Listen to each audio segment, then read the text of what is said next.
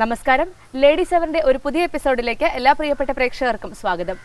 സംരംഭകയാകാൻ സാധിക്കുക എന്ന് പറയുന്നത് ഒരുപക്ഷെ അത്ര എളുപ്പമുള്ള കാര്യമൊന്നുമല്ല. എന്നാൽ വളരെ ടിപ്പിക്കലായിട്ടുള്ള കാര്യങ്ങളിൽ നിന്ന് മാറി എന്തെങ്കിലും വ്യത്യസ്തമാർന്ന ഒരു സംരംഭകയാവുക എന്ന് പറയുന്നത് കുറച്ച് ബുദ്ധിമുട്ടുള്ള കാര്യമാണ്. ഒരു ഡ്രസ് ഷോപ്പ് തുടങ്ങുക എന്ന് പറയുന്നത് നമ്മൾ ചിന്തിക്കുമ്പോൾ സാധാരണമായിരിക്കും. എങ്കിൽ സൗത്ത് ഇന്ത്യയിലെ ഡ്രസ്സുകൾ വേണ്ട, നോർത്ത് ഇന്ത്യൻ സ്റ്റൈലിലേക്ക് കൂടുതൽ മാറ്റി പിടിച്ചാലോ, അങ്ങനെ ഇത്തരത്തിലുള്ള എന്തെങ്കിലും ഒരു വ്യത്യസ്തമാർന്ന ചിന്തയോടുകൂടി ഒരു ബുട്ടീക്ക് തുടങ്ങിയ വ്യക്തിയാണ് നമ്മളിന്ന് പരിചയപ്പെടുത്തുന്നത്. നമുക്ക് സ്വാഗതം ചെയ്യാം തിരുവനന്തപുരം വഴുതക്കാടുള്ള ലേഡീസ് ഫിംഗർ ബുട്ടീക്ക് ഉടമയായിട്ടുള്ള പ്രീതയെ. സ്വാഗതം പ്രീത. അപ്പോൾ ആദ്യമേ ഞാൻ പറഞ്ഞിരുന്നു, പ്രീതയുടെ ബുട്ടീക്കിന്റെ പ്രത്യേകത എന്ന് പറയുന്നത് നോർത്ത് ഇന്ത്യൻ കളക്ഷൻസ് ആണ് കൂടുതലുള്ളത്. അപ്പോൾ എങ്ങനെയാണ് അങ്ങനെ ഒരു ആശയം വന്നത്? ഒരു ബുട്ടീക്ക് തുടങ്ങുമ്പോൾ നോർത്ത് ഇന്ത്യൻ കളക്ഷൻസിന് കൂടുതൽ ഫോക്കസ് കൊടുക്കാം എന്ന് തീരുമാനിക്കുന്നത് എപ്പോഴാണ്? നമ്മളിപ്പോൾ എല്ലാവരും വിചാരിക്കുന്ന ഒരു യുണീക്നെസ് ആണ് അല്ലേ? അതെ അതെ. പിന്നെയാണെങ്കിൽ യുണീക്നെസ് ആണ് പൊതുവെ അതെ, പെൺകുട്ടികളായിരുന്നാലും എല്ലാവരും, സ്ത്രീകളും നല്ല പുരുഷന്മാരും ഒക്കെ എന്തെങ്കിലും വ്യത്യസ്തത ചെയ്യാനും കാണാനും ഒക്കെ ഇഷ്ടപ്പെടുന്ന ആൾക്കാരാണ്. അപ്പോൾ ഞാനിത് തുടങ്ങാൻ പ്ലാൻ ചെയ്ത സമയത്ത് കൂടുതലും നമുക്ക് എല്ലാം അവൈലബിൾ ആണ്. ഇവിടെ തിരുവനന്തപുരത്താണെങ്കിൽ എല്ലാം അവൈലബിൾ ആണ്. സൗത്ത് ഇന്ത്യ ഉണ്ട്, നമുക്ക് നോർത്ത് ഇന്ത്യ ഉണ്ട്. പക്ഷെ ഞാൻ കരുതിയത് നോർത്ത് ഇന്ത്യൻ കളക്ഷൻസ് മാത്രം മതി. അതിൻ്റെതായ സ്ട്രഗിൾസ് ഉണ്ട്. തുടങ്ങാൻ അതിൻ്റെ ഒരു യുണീക്ക്നെസ്, അതിൻ്റെ ഒരു കോമ്പിനേഷൻ, കളറിൻ്റെ ഒരു പാറ്റേൺ, അത് ശരിക്കും പറഞ്ഞാൽ നമുക്കിപ്പം സൗത്തിൻ്റെ കോമ്പിനേഷൻസ് അത്രത്തോളം അവൈലബിൾ അല്ല. പിന്നെ സ്വാഭാവികമായിട്ട് മാറി വരുന്ന കാലത്തിനൊത്ത ചേഞ്ച്, യങ്സ്റ്റേഴ്സ് ആണെങ്കിലും അല്ല മിഡിൽ ഏജ് ആണെങ്കിലും ആരെടുത്താലും അവരൊരു ചേഞ്ച് എക്സ്പെക്റ്റ് ചെയ്യുന്നുണ്ട്. സോ ഞാൻ വിചാരിച്ചു ഇങ്ങനെ ഒരു ചേഞ്ച് എക്സ്പെക്റ്റ് ചെയ്യുന്ന സമയത്ത് നമുക്കത് കൊടുക്കണം. അങ്ങനെയാണ് ഞാൻ നോർത്ത് ഇന്ത്യൻ കളക്ഷൻസ് മാത്രമാക്കിയത്. ഇപ്പോഴും നോർത്ത് ഇന്ത്യൻ കളക്ഷൻ കൺസെപ്റ്റിൽ മാത്രമാണ് നിൽക്കുന്നത്. അപ്പോൾ നോർത്ത് ഇന്ത്യൻ കളക്ഷൻസ് മാത്രമാണ് നമ്മൾ ഫോക്കസ് ചെയ്യുന്നതെന്ന് പറഞ്ഞു. അപ്പോൾ തീർച്ചയായിട്ടും അതിനുണ്ടാകുന്ന സ്ട്രഗിൾസും കൂടുതലായിരിക്കും. കാരണം നമ്മൾ ഒരു സൗത്ത് ഇന്ത്യയിലെ ആൾക്കാരാണ്, പ്രത്യേകിച്ച് കേരളീയരാണ്. അവർക്ക് എല്ലാവർക്കും നോർത്ത് ഇന്ത്യൻ കളക്ഷൻസിനോട് അത്ര വലിയ താല്പര്യം ഉണ്ടാകണമെന്നില്ല. അപ്പോൾ അത്തരത്തിലുള്ള ചില പ്രശ്നങ്ങൾ എങ്ങനെയാണ്, അങ്ങനെയുള്ള പ്രശ്നങ്ങൾ വരുമ്പോൾ അതിനെ എങ്ങനെയാണ് ഓവർകം ചെയ്യുന്നത്? ഒന്നാമത്തെ ഒരു വിഷയം എന്ന് വെച്ചാൽ തിരുവനന്തപുരത്താണ് ഞാൻ കടയിട്ടിരിക്കുന്നത്. അതിന് തമിഴ്നാടാണ് നമ്മുടെ ബോർഡർ. തമിഴ്നാടും കേരളവും തിരുവനന്തപുരവും തമ്മിൽ ഒരുപാട് സാമ്യങ്ങളുണ്ട്. അപ്പോൾ കൂടുതലും നമ്മൾ പ്രിഫർ ചെയ്യേണ്ടത് തമിഴ്നാടിൽ നിന്ന് സാധനം എടുത്തിട്ട് വന്ന് ഇവിടെ ബിസിനസ് ചെയ്യാം. അപ്പം നമുക്ക് ഈ പോയി വരുന്നതിൻ്റെ ചാർജസ് ഒക്കെ ശരിക്കും പറഞ്ഞാൽ അതിൽ കുറഞ്ഞു കിട്ടും. പക്ഷേ ഞാൻ അതിനെപ്പറ്റി ചിന്തിച്ചില്ല. ഞാൻ നേരത്തെ പറഞ്ഞ പോലെ ഒരു യുണീക്ക്നെസ്, ഒരു ഡിഫറൻസ് കൊണ്ടുവരണം എന്നൊരു എക്സ്പെക്റ്റേഷനിലാണ് ഇത് ചെയ്തത്. അപ്പം ഞാൻ ആദ്യത്തെ തുടങ്ങിയ ടൈമിൽ കുറച്ച് സ്ട്രഗിൾ ഉണ്ടായിരുന്നു. ആദ്യം ഗുജറാത്തിൽ നിന്നാണ് തുടങ്ങിയത്. അതും ഈ ഓൺലൈൻ അങ്ങനെയൊന്നും അല്ല, നേരിട്ട് പോയി മാനുഫാക്ചേഴ്സിനെ ഉണ്ടാക്കുന്ന ആൾക്കാരെ കണ്ടുപിടിച്ചാണ് ആദ്യം നമ്മുടെ കട തുടങ്ങുന്നത്. ഗുജറാത്തിൽ നിന്നാണ് നമ്മുടെ തുടക്കം. അങ്ങനെ എങ്ങനെയാണ് ഗുജറാത്തിൽ പോകാനും, അല്ലെങ്കിൽ ഈ ഒരു നോർത്ത് ഇന്ത്യൻ സാധനങ്ങൾ ഗുജറാത്തിൽ നിന്നാണ് നമുക്ക് വേണ്ടത് എന്നൊക്കെയുള്ള ആ ഒരു റിസർച്ച് എവിടെ നിന്നാണ് തുടങ്ങിയത്? നമ്മൾ പറയുന്നത് പോലെ നമ്മൾ പഠിക്കുന്ന കുറെ സബ്ജക്ട്സിനകത്തുണ്ടല്ലോ നെയ്ത്ത്, ഇത്തരം കാര്യങ്ങൾ നമുക്ക് അറിയാലോ. ഗുജറാത്താണ് ഏറ്റവും കൂടുതൽ തുണികൾ മാനുഫാക്ചർ ചെയ്യുന്നതും നെയ്ത്ത് വരുന്നതും, അതിന്റെ കോമ്പിനേഷൻസ്, തുണിയുടെ ഏറ്റവും കൂടുതൽ പോസിബിലിറ്റി അവൈലബിലിറ്റിയാണ് നമ്മൾ ചെറുതിലേക്ക് പഠിക്കുന്നതാണ്. പിന്നെ അവിടെ എത്തിപ്പെട്ടതും അല്ലെങ്കിൽ അവിടെ ചെന്നിട്ട് ഒരു കോണ്ടാക്റ്റും എനിക്ക് ഉണ്ടായിരുന്നില്ല. നമ്മൾ പറയുന്ന പോലെ ട്രെയിനിൽ കയറി ഗുജറാത്തിൽ ചെന്ന് ഇറങ്ങിയ ശേഷം അവിടെയും ഒരുപാട് സ്ട്രഗിൾ ചെയ്തൊന്നുമല്ല, നമുക്ക് കാശ് കൊടുത്താലേ സാധനം വരുള്ളൂ. കൊടുക്കുന്ന ആള് വിശ്വസിക്കാൻ പറ്റാവുന്ന ആൾക്കാരാണോ എന്ന് ആ സമയത്ത് നമുക്ക് അറിയാൻ പറ്റില്ല. ഇപ്പൊ GST ഒക്കെ വന്ന ശേഷം കുറച്ചുകൂടെ ട്രസ്റ്റബിൾ ആണ് ബിസിനസ്. അന്നത്തെ സമയത്ത് അതില്ലായിരുന്നു. കാശ് കൊടുത്താൽ സാധനം വരുമോ എന്ന് പറയാൻ പറ്റില്ല, സാധനം കയ്യിൽ കൊണ്ടുവരാൻ പറ്റില്ല. അത് നമ്മുടെ റെയിൽവേക്ക് കൊണ്ടുവന്നു കഴിഞ്ഞാൽ അതൊക്കെ കുറച്ച് കോംപ്ലിക്കേറ്റഡ് ആണ്. അതും നിയമമായിട്ട് നമ്മൾ നോക്കുകയാണ്, അത് കൊണ്ടുവരാൻ പാടില്ല എന്നതാണ് നിയമം. അപ്പോൾ കാശ് കൊടുത്തിട്ട് കിട്ടുമോ എന്നുള്ളൊരു ഉറപ്പ് പോലും ഇല്ലാത്തൊരു സാഹചര്യത്തിലാണ് എൻ്റെ ബിസിനസ് തുടങ്ങുന്നത്. അപ്പോൾ അതിനുള്ളൊരു ധൈര്യം തന്നത് ആരാണ്? ഇങ്ങനെ മുന്നോട്ട് പോകാമെന്നുള്ള ഒരു ധൈര്യം എവിടെ നിന്ന് കിട്ടി? ശരിക്കും പറഞ്ഞാൽ ഹസ്ബൻഡ് ഭയങ്കര സപ്പോർട്ടീവാണ്. എന്തെങ്കിലും ഇതുപോലെ ഐഡിയ ഒക്കെ പറയുമ്പോൾ പുള്ളിയെ ഒന്ന് ഒപ്പോസ് ചെയ്ത് പറയാറില്ല.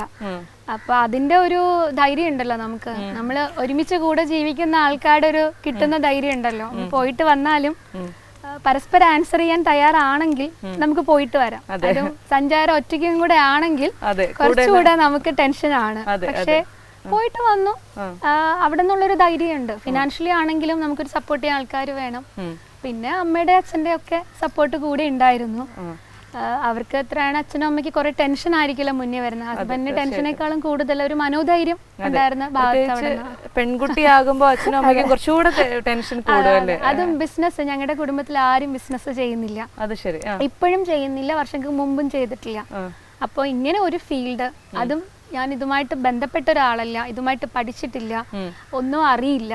അപ്പൊ കാശും കൊണ്ട് നമ്മൾ അവിടെ പോയി ഇത് ചെയ്തിട്ട് തിരിച്ചു വന്ന ധൈര്യം എന്ന് പറഞ്ഞാൽ വീട്ടുകാർ തന്നെയാണല്ലേ. അപ്പോൾ ഇങ്ങനെ ഒരു ബുട്ടീക്ക് തുടങ്ങി ജനങ്ങളുടെ പ്രതികരണം എങ്ങനെയായിരുന്നു? പ്രത്യേകിച്ച് തിരുവനന്തപുരംകാരുടെ ഇങ്ങനെ ഒരു നോർത്ത് ഇന്ത്യൻ കളക്ഷൻസ് കൂടുതൽ ഫോക്കസ് ചെയ്ത ഒരു കട, ബുട്ടീക്കുകൾ എന്ന് പറയുന്നത് ഒരുപാട് ഇവിടെ ഉണ്ട്. അപ്പോൾ എങ്ങനെയാണ് ജനങ്ങൾ അതിനോട് പ്രതികരിച്ചത്? നമ്മൾ പറയുന്നത് പോലെ സംഭവം സിമ്പിളാണ്, കളർ കോമ്പിനേഷൻ നല്ലതാണ്, വ്യത്യസ്തത ഉണ്ടെങ്കിൽ ഒന്ന് ട്രൈ ചെയ്യാൻ നമുക്ക് തോന്നും, വിലയും കൂടെ കുറവുണ്ടെങ്കിൽ. അതാണ് ഫാക്ട്. തീർച്ചയായിട്ടും ബുട്ടീക്കുകളുടെ എപ്പോഴും ഒരു പ്രധാന പോരായ്മയായിട്ട് എനിക്ക് കാണാൻ സാധിച്ചിട്ടുള്ളത് ഭയങ്കരമായ കോസ്റ്റ്ലി ആയിരിക്കും. അപ്പോൾ ഇത്രയും എക്സ്പെൻസീവ് ആയിട്ടുള്ള ഒരു സാധനം വാങ്ങണോ? അതിലും നല്ലത് ഒരുപാട് കടകൾ വേറെ ഉണ്ട്, അപ്പോൾ നമുക്ക് വേറെ എവിടെയെങ്കിലും പോയി വാങ്ങിച്ചാൽ മതിയോ എന്നുള്ള ഒരു സെക്കൻഡ് തോട്ട് എപ്പോഴും ഉണ്ടാവും. അപ്പോൾ ആ ഒരു കാര്യത്തിനെ എങ്ങനെയാണ് മാനേജ് ചെയ്യുന്നത്? ഒന്ന് വില തന്നെയാണ്, രണ്ടാമത്തത് വില കുറച്ച് കൊടുത്താലും ഡ്യൂറബിലിറ്റി.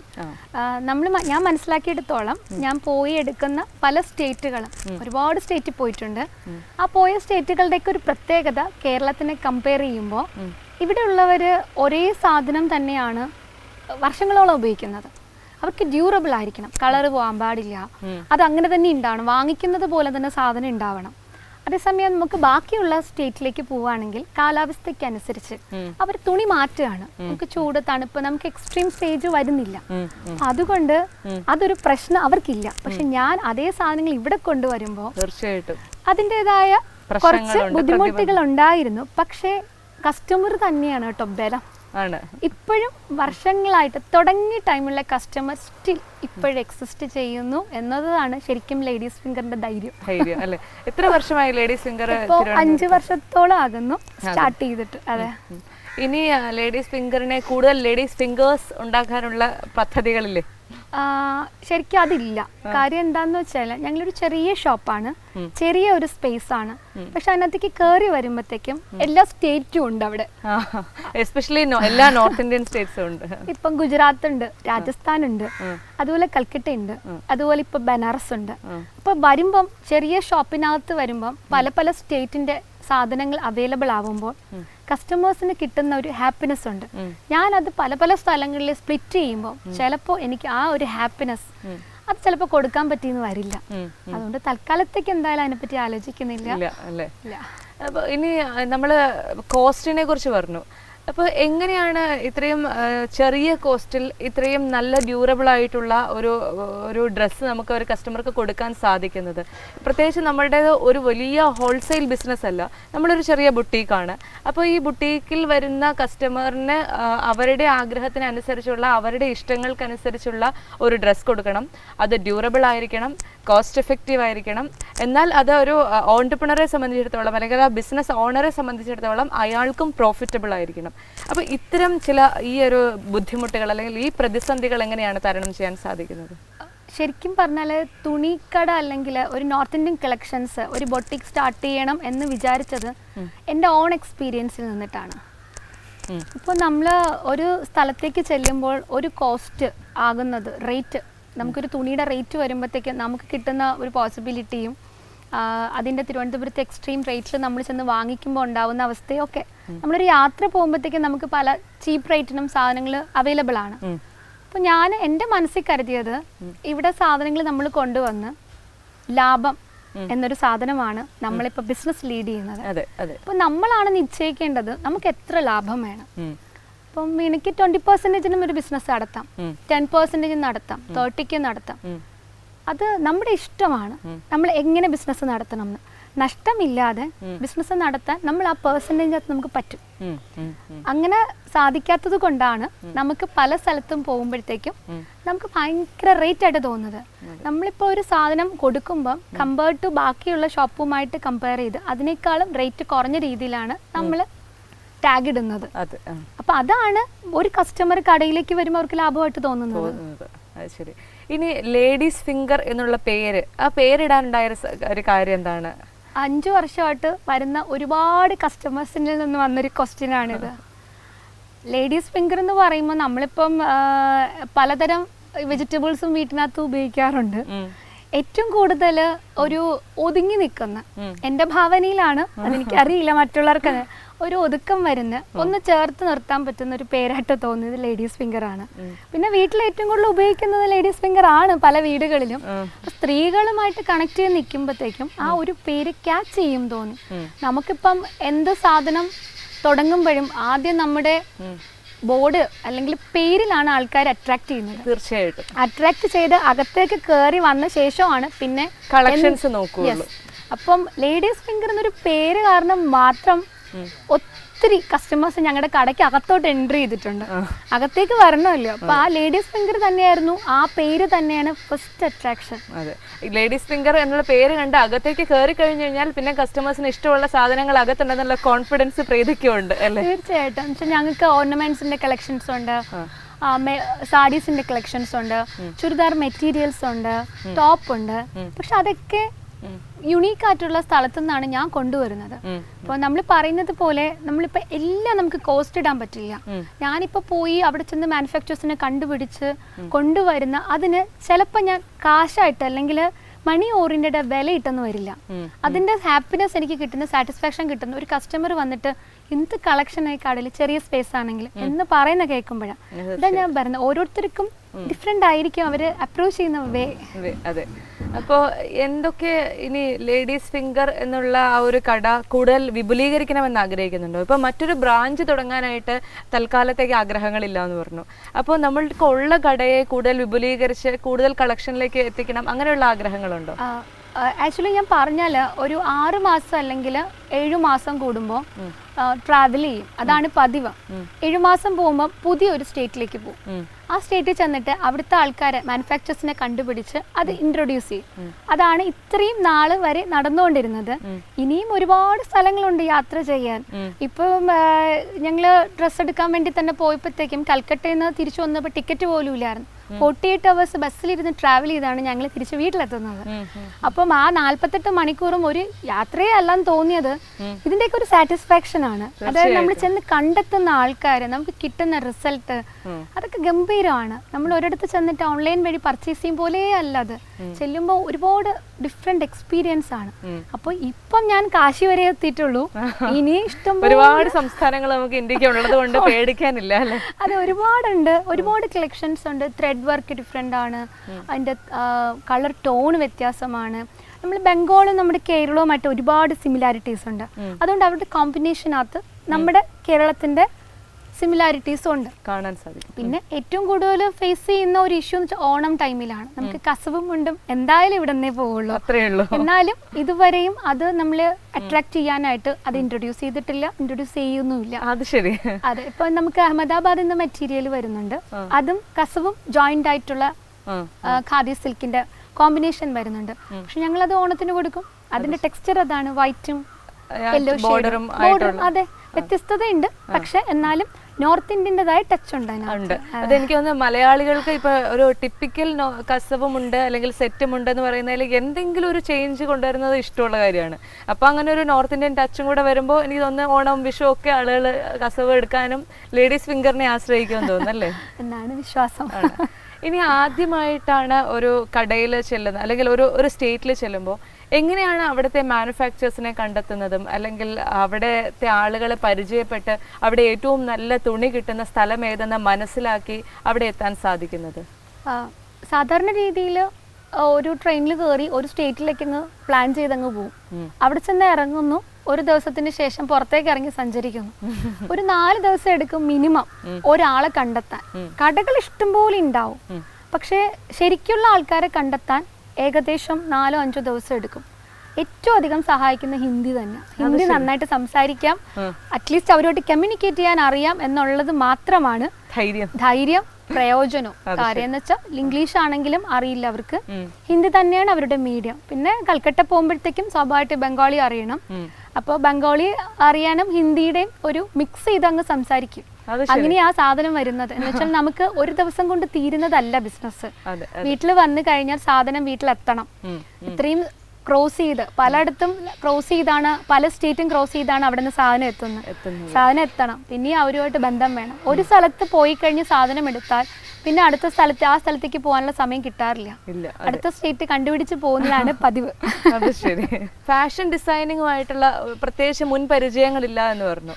അപ്പോൾ ഒരു ഫാഷൻ ഡിസൈനർ അല്ലാത്ത ഒരാൾ ഒരു ബുട്ടീക്ക് തുടങ്ങുമ്പോൾ എന്തെങ്കിലും പ്രതിബന്ധങ്ങൾ അല്ലെങ്കിൽ എന്തെങ്കിലും പ്രശ്നങ്ങൾ നേരിടേണ്ടി വന്നിട്ടുണ്ടോ? എനിക്ക് ഇതുവരെയും തോന്നിയിട്ടില്ല. പറയാനുള്ള കാരണം ഞങ്ങൾക്ക് സ്റ്റിച്ച് ചെയ്യുന്ന ഒരാള് ലക്നൌക്കാരനാണ്. പുള്ളി നോർത്ത് ഇന്ത്യൻ ആണ്. ഞാനിപ്പോൾ ചെയ്യുന്ന പ്രോജക്ട്സ് അമേരിക്കയ്ക്ക് വേണ്ടിയിട്ടാണ്. അതും നമ്മുടെ മലയാളം അല്ലെങ്കിൽ നോർത്ത് ഇന്ത്യൻ ഒരു മിക്സ്ചർ നേച്ചർ ആയിട്ടുള്ള പലതരം ഡ്രസ്സ്, സാരീസ്, ബ്ലൗസുകൾ അങ്ങനെയുള്ള ഒരു ഡിസൈൻ വർക്കിലൂടെയാണ് ഞങ്ങളിപ്പം ചെയ്തുകൊണ്ടിരിക്കുന്നത്. പ്രോജക്റ്റ് ഏകദേശം തുടങ്ങിയിട്ടൊരു 3-4 മാസത്തിൽ കൂടുതലായി. പക്ഷേ അവിടെ ഭയങ്കര ക്ലിക്കിംഗ് ആണത്. അതുകൊണ്ട് ഇഷ്ടംപോലെ വർക്ക് വരുന്നുണ്ട്, നന്നായി പോകുന്നുണ്ട്. പിന്നെ പറയുന്നത് പോലെ തിയറിറ്റിക്കൽ ആയിട്ടുള്ള നോളജ് ബെനിഫിറ്റ് ആണ്. പക്ഷെ നമുക്ക് നല്ലോണം തയ്ക്കുന്ന കുറച്ച് നോളജ് ഉള്ള ഒരാൾ നമ്മൾ സപ്പോർട്ട് ചെയ്യാനുണ്ടെങ്കിൽ ഒരു പക്ഷെ ആ ജ്ഞാനം വേണമെന്ന് നിർബന്ധം ഇല്ല. എനിക്ക് സ്ട്രഗിൾസ് വന്നിട്ടില്ല. പിന്നെ പറയുന്ന പോലെ കളർ കോമ്പിനേഷൻസും ടെക്സ്ചറൊക്കെ വെച്ച് ഡിസൈൻ ചെയ്യാം. പക്ഷെ ഞങ്ങളുടെ കസ്റ്റമേഴ്സ് ആരും ഇപ്പോൾ സ്ഥലത്തുള്ള ആൾക്കാരല്ല. ഞങ്ങൾക്ക് കളർ ടോൺ അറിയില്ല. നിങ്ങൾ ഡിസൈൻ വെച്ച് അയക്കുന്നു, പക്ഷെ അവിടെയുള്ള ടോണുള്ളവർക്ക് അത് സാറ്റിസ്ഫൈഡ് ആണ്. വർക്ക് നന്നായിട്ട് പോകുന്നുണ്ട്. ഇപ്പൊ വളരെ സന്തോഷകരമായ കാര്യം തന്നെയാണ്. പ്രീതിയോട് ഞാൻ ചോദിക്കട്ടെ, 15 വയസ്സുള്ള ഒരു മകനുണ്ട്. മകന്റെ വിദ്യാഭ്യാസം എന്ന് പറയുന്നത് അമ്മയുടെ അച്ഛൻ്റെ എപ്പോഴും ഉള്ള ഒരു ടെൻഷൻ ഉണ്ടാക്കുന്ന കാര്യമാണ്. അപ്പോൾ ഈ ഡ്രസ് കളക്ഷൻ ഇടയ്ക്കും അല്ലെങ്കിൽ ഇത്തരത്തിലുള്ള യാത്രകൾക്കിടയിലും ഒക്കെ മകന് കൊടുക്കാൻ കൃത്യമായ സമയം കിട്ടുന്നുണ്ടോ? അല്ലെങ്കിൽ അവൻ്റെ വിദ്യാഭ്യാസ കാര്യങ്ങളിലും അല്ലെങ്കിൽ വ്യക്തിപരമായ കാര്യങ്ങളിലും ഒക്കെ ഇടപെടാനുള്ളൊരു സമയം കിട്ടാറുണ്ടോ? അങ്ങനെയുള്ള കാര്യങ്ങൾ എങ്ങനെയാണ് ബാലൻസ് ചെയ്യുന്നത്? ആദ്യത്തെ സമയത്തൊക്കെ മകനെയും കൊണ്ടായിരുന്നു യാത്ര. അവധിയുള്ള ടൈമിലാണ് ഞങ്ങളുടെ യാത്ര. ഒരു മാർച്ച് എക്സാം ഒക്കെ ഫെബ്രുവരിയിലൊക്കെ തീരും. മാർച്ചിലങ്ങ് ചൂടാവുന്നതിന് മുന്നേ മകനെയും കൊണ്ടുപോകും. മകന് നന്നായിട്ട് ഹിന്ദി സംസാരിക്കുന്ന കൂട്ടത്തിലാണ്. അപ്പോൾ പുള്ളിക്കാരന് ആദ്യം വരുമ്പം കൂടെ പ്രശ്നങ്ങളൊന്നും ഇല്ല. പിന്നെ ഈ ഒരു ബിസിനസ് ഡെവലപ്പ് ചെയ്യാൻ തുടങ്ങുന്ന 6 മാസത്തെ ഗ്യാപ്പ് ഇട്ട് പോകേണ്ടി വന്നു. അച്ഛനും അമ്മയും അടുത്ത താമസമാണ്. അപ്പൊ അച്ഛനും അമ്മയെ ഏൽപ്പിച്ചിട്ട് പോവും. വേറെ പ്രശ്നങ്ങളൊന്നും ഇല്ല. ഇപ്പൊ മകൻ 10ാം ക്ലാസ്സിലാണ്. ഇനി കരിയർ, ബാക്കിയുള്ള എഡ്യൂക്കേഷൻ കുറച്ചുകൂടെ അവൻ കോൺസെൻട്രേറ്റഡ് ആണ്. അതുകൊണ്ട് 10th ആയപ്പോഴത്തേക്കും നാരായണൻ ബോർഡിംഗ് സ്കൂളിലാണ് പഠിക്കുന്നത്. 10th സ്റ്റാർട്ടിങ് തൊട്ട്. അപ്പൊ അതുകൊണ്ട് കുറച്ചുകൂടെ സമയമുണ്ട്. അവൻ വരുന്ന സമയത്ത് മാക്സിമം വേറെ ഒന്നിലും കോൺസെൻട്രേറ്റ് ചെയ്യില്ല. മകനും ഞങ്ങളും മാത്രമായിട്ടായിരിക്കും ഉള്ളായിരിക്കുന്നത്. അതുകൊണ്ട് പിന്നെ വേറെ പ്രശ്നങ്ങളൊന്നും ഇല്ല. ഇനിയും എത്ര സംസ്ഥാനങ്ങൾ കവർ ചെയ്യാനുണ്ട് നമുക്ക് നോർത്ത് ഇന്ത്യയിൽ? ഇഷ്ടമാതിരി ഉണ്ട്. പിന്നെ എന്ന് വെച്ചാല് നമുക്ക് ഈ പറയുന്നത് പോലെ ഒരു സ്ഥലത്ത് കുറച്ച് സാധനങ്ങളെ ഉണ്ടാവുള്ളൂ, എന്നാലും കണ്ടെത്തി ചെല്ലാം.